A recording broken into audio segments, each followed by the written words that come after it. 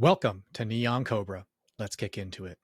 So this week we're going to dive into the how-to covering the video that I had posted last week about Copilot Agents. So we're actually going to jump into my live environment and I'm going to show you how to build out Copilot Agents and the reasons why you may want to do that. Now, from the high level, if you aren't aware, really the concept of an agent is really an individualized AI large language model or bot agent, right? It'll remember the instructions you give it. It'll be serving a specific purpose. And this allows you to really start addressing kind of operating practices or business processes in the environment and for your clients. So you can actually start turning it around as a reproducible service potentially and another avenue of revenue for the organization. Now, without getting too far into the business use case, let's talk about the technological use case, right? Right now, if you have just Copilot, you will hop in, you ask your Copilot some generic information, maybe even some specific information, and it'll search for what it can see. It'll try to provide some generic responses, but it'll get just that back, generic responses. What I find most times is as you're working through these items, maybe you have a very specific reproducible task you need to do time and time again, and the generalization of the overall Copilot isn't quite landing the plane. So what we'll do is we will create an agent. Now, the example I use, and I use this quite frequently, is I have this Windows perpetual licensing agent, right? I get a lot of questions about the appropriate licensing for on-premise deployments, cloud deployments, et cetera, right? Navigating Microsoft's licensing is a nightmare, right? It changes constantly. There are different scenarios. There's gray areas everywhere, right? So a lot of times I have to put a lot of thought really into analyzing, assessing, and then most of my time is spent pulling articles to reinforce what I am saying, right? Because everything's a trust but verify, especially when it comes down to licensing and auditing. I use this calculator now to take requests from my partners to drop it in and spit out relevant information and that I can spot check that and then send that back. Now, I'll be upfront with the partners that it is an agent and it is AI generated content, but I have validated this content and it is accurate. Where this saves me time is I have pre-filled and pre-funneled custom sites, information documentation, as well as links to the common SKUs in the Pax8 marketplace, allowing me to essentially in 30 seconds turn around what used to take me 4 to 5 minutes of just going to this site, pulling these OneDrive documents, et cetera, et cetera. So that sort of thing was really advantageous. Now, what I liked about this is I could share that agent out. So all the years of knowledge that I have accumulated in the resources within the Pax8 ecosystem can now be shared out to all of my staff, right? So I've got people that are not technically inclined at all. They're more of like a front end of our sales spear, essentially getting questions, and they're able to then put that in there, get some information out, and they can quickly run that past a technical expertise, right? They don't have to ask the question, wait for me to generate something. They provide me what they think is accurate, and I can just give it a thumbs up in Teams, and they can send that now down to the partner. So it's little things like that, identifying, common workloads, things like that that you're doing constantly is really where you start to see agents shine. So with that, we're going to create an agent today, and we're going to specifically tailor it to generate content for Neon Cobra. So with the appropriate licensing in play, right, you have options of, your Copilot licensing, your Copilot for Studio, agent builds, so on and so forth. I recommend you work with your provider to find the best one for your client or yourself. But once you are properly licensed, you can go to the cloud portal. You can even embed it into your teams for quick access. But for this case, I've logged into the portal. And on the left, you're going to see create agents. Now, you may have to expand out the agent column to get to this. Now, the first thing it's going to do is provide you the low code, no code interface.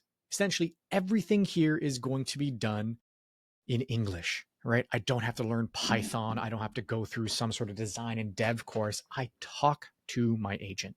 That's even from the start of creating this. So under Copilot Studio, you'll notice it starts asking me questions.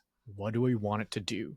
I'm going to say I would like you to be a content aggregator and generator for a blog series called Neon Cobra.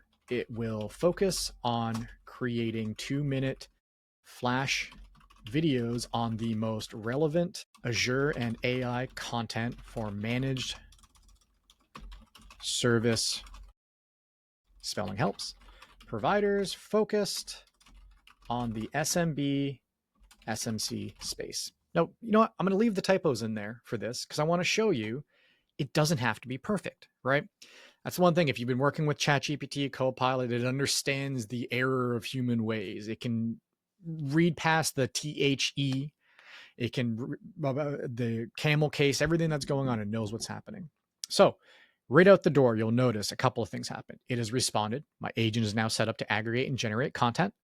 So next, let's choose a name. I suggest Neon Cobra Content Bot. That sounds good, right? You'll notice on the right, there is now an agent created. As I'm filling things out on the left, the right is updating, right? This is the area where I can start testing things. And what you're noticing, if you haven't used an AI agent before, is that everything is contextual. I didn't say, that sounds great, please use Neon Cobra Content Bot as the name. I just said, that sounds great. It remembers what it's asking, what it's speaking about. It remembers in memory everything that's happening. We are now training this agent, right? In ChatGPT right now or any Copilot, if I close this window and come back in, I might have a history, but it's not really trained, right? Unless you run that history forever, it becomes really difficult and it's hard to find. You have to keep refreshing.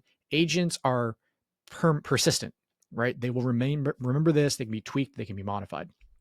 So one of the things it likes to do is now that it realizes it's going to be a hyper specific agent, it's going to start asking some qualifying questions.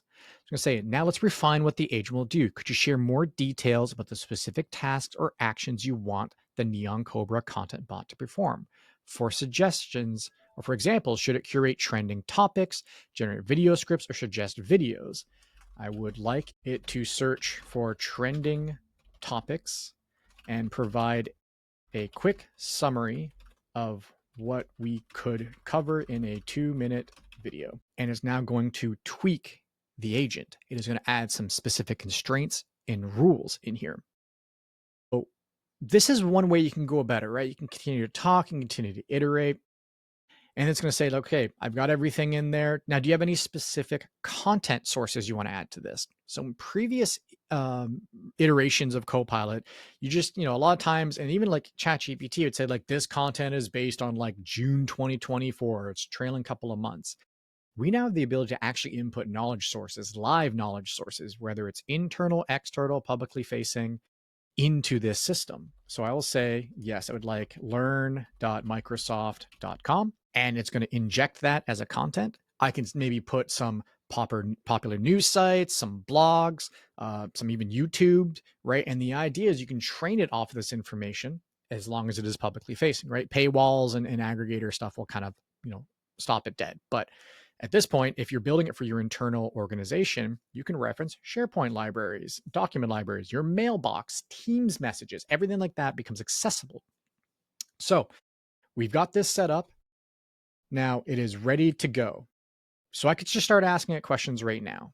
What I do like to show you at the top is this configure option. So now I have the ability to go in and make some specific edits and details to this. So I can, change the logo, throw the Cobra chicken in there.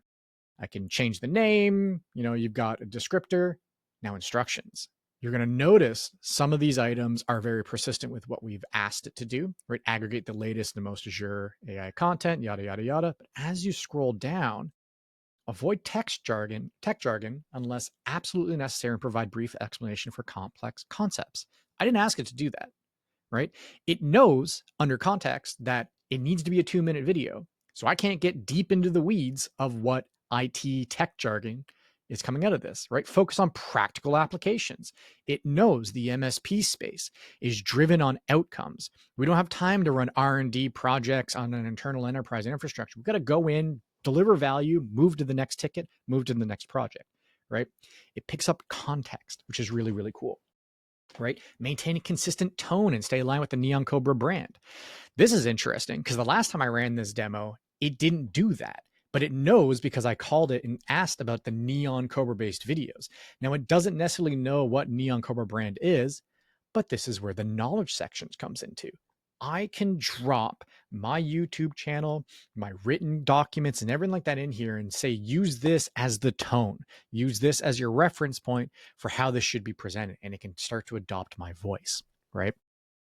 I can then turn on image generation, right? So part of what I'm going to do in this is, I'm going to activate the image side. I'm going to have it create visual documents based on what we'll be speaking of. And I'll show you how that works.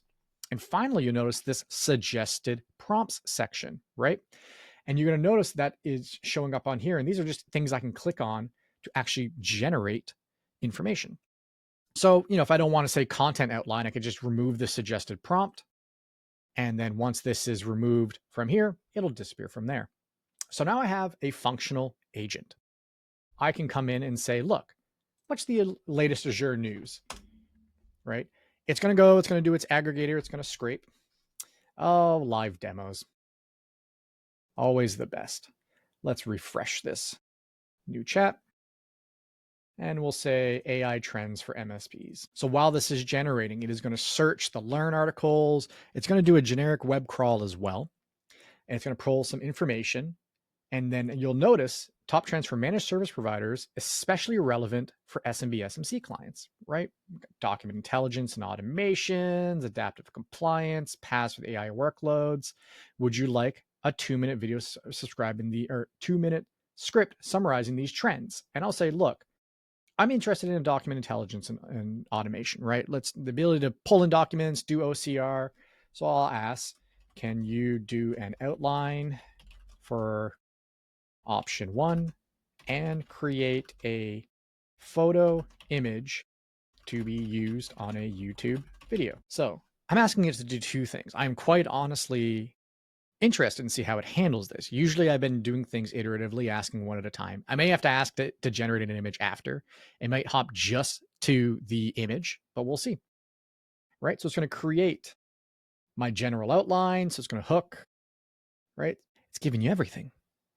Right? This is way more than what I do for these videos, right? I don't have voiceovers. I don't have, visual frustrated technicians, right? It's not really pulling my brand, but I haven't fed it my brand at this point, right? Now it's creating the image. So it's doing both.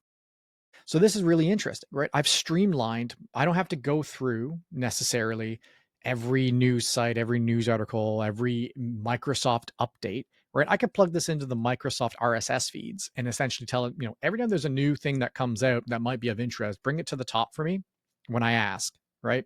Tell me what is relevant to my context. If I find that, look, I don't want the Azure AI services, I only want like the Copilot and the Microsoft 365 services, I can add additional instructions to this, right? And it'll go through and it'll make edits and changes. You can add up to 1,000+ lines of instructions. Now, the more you give to it, I will caveat, it'll get dumber, right? As you start to put rules in play, it'll try to follow those rules, but if they start to conflict with each other, it can really start causing problems with the agents, right? It's almost like an internal discord or dissonance that it has to solve for. Now, I don't know if you've noticed as this image is generating, everything's spelled correctly, right? The Azure logo's there. It's, managed service provider, doesn't have any weird artifacting. Like 6 months ago, not even, I would say a couple of months ago, you try to get it to generate an image, contract would have like dollar signs in it. It'd all be kind of spread out. It's getting better, right? So I can actually physically lift this. I might even lift this image, quite honestly, and use it for future content. So I have that in there, right? Now, going through this, I want to show you an example. I don't like how the outline, I don't want to provide all this. I like to do things off the top, right? It feels a little bit more natural. So I'll say, thanks for the video content outline. In the future, can you omit this and just provide topics for me to generate content from? I like to be kind. So during the robot uprising, they remember, and maybe they spare me and my family. But jokes aside, it's just who I am. And there we go. So it'll generate a new video. Now, this is an interesting loop I've actually come into with these agents is when I ask it to do 2 things and I ask it to make, future updates and omit, it runs through and it actually starts to regenerate another image. I don't know if this is just a current bug we're dealing with right now, but I will create this agent. And now with the created agent, it will eventually populate on my left-hand side here. Like you'll see my perpetual licensing and my Azure channel assistant, right? I've got some common bots I use for work, but it actually creates a shareable link. Initially, it's restricted to just myself, but then I can go so far as to say, make this available to everybody, right? And I've shared some of these items out to other members of my organization, which is fantastic. Now, it does take time for the agents to show up in here. You can get back to previous agents by choosing click agent and then going to the last content agents to bring this back up. This is just, propagation time within the ecosystem. But you'll find that right here, it's back up and running, focus on Neon Cobra brand, and I can start asking it more questions. So I can go in and say, do not provide video outlines, just content to speak to, right? That's it. Auto saves. I can choose update. It'll update my agent into production, right? If I don't press update, this view will update for testing purposes, but the global agent that I might have shared out to my staff does not. So this gives you the opportunity to go through and make these changes. So what's trending, right? It'll go through, it'll parse my sources. And then if I ask it again, generate video content. Yeah. Windows productivity, Teams updates, SharePoint usage. Would you like a quick summary of trending in AI or MSP? So this is, again, interesting. Something I've learned. I've asked it to do these items, but I haven't told it to avoid items that is not trending. In this case, because I asked for its trending, it did the global search. It's got these 3 references, which you can click through. Very, very important, right? But I didn't say what's trending on MSP space. So now I would say only provide trends around Azure AI and with a focus on MSPs, right? Click, update, agent refreshed. What's trending, right? It's all about trial and error. We'll do this again. Oh, gotta love doing things in production. Give it a moment. It's probably super popular. Everybody wants to use it. And now with my instructions, the same question auto injects, right? So you can see as you work through, you go through these items, you refine it, you sharpen it, it eventually becomes a very acute tool to be used and leveraged in your organization, right? This is what I want to get across. This is not a matter of just like trying it, getting some gnarly Google results and giving up. This is truly a tool you can start to identify and solve for process and business problems that take up a lot of extra time. This is, I think, what people envisioned, the start of what we envisioned with AI agents to fix problems. Now, a lot of it is just, this is not anything really crazy or new. There's some new features under the hood, but like a lot of times, process automation has been a thing for a long time. You'd go in, you'd automate like, ETL pipelines and things like that. What makes this really interesting is that I can give this to anybody, right? There's no coding required, just English, right? Or another language of your choosing. You speak to it. You ask it to do things. When you don't get the responses, you ask it to change, and it does. I don't have to sit there and look at lines of code as to why it's not pulling in data that I want it to, right? Teach it, train it, grow, share it, iterate.